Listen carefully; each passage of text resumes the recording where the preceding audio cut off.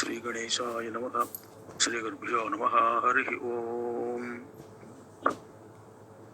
కనక విశాలచేర భవకాననశాత కుఠారధార సజ్జన పరిపాలశీల దివిజస్తుత సద్గుణకాండ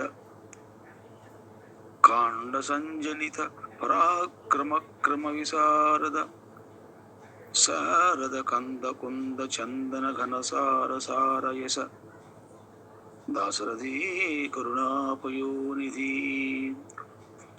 కనక అంటే బంగారు, కనకం అంటే బంగారము. విశాలమైనటువంటి చేల అంటే వస్త్రము, విశాలమైనటువంటి కనక వస్త్రము.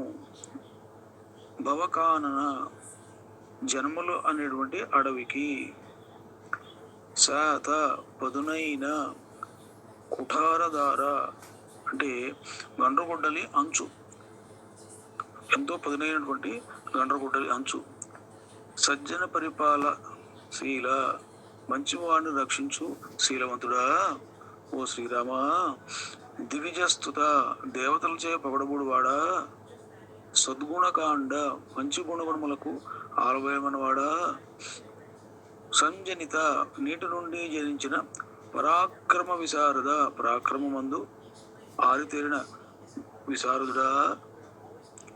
శారద శరదృతువు, కంద కర్పూరము, కుంద మల్లె, చందన చందనముల, ఘనసార గొప్పదైన పరిమళ సారవంతమైనటువంటిది, యశ కీర్తి.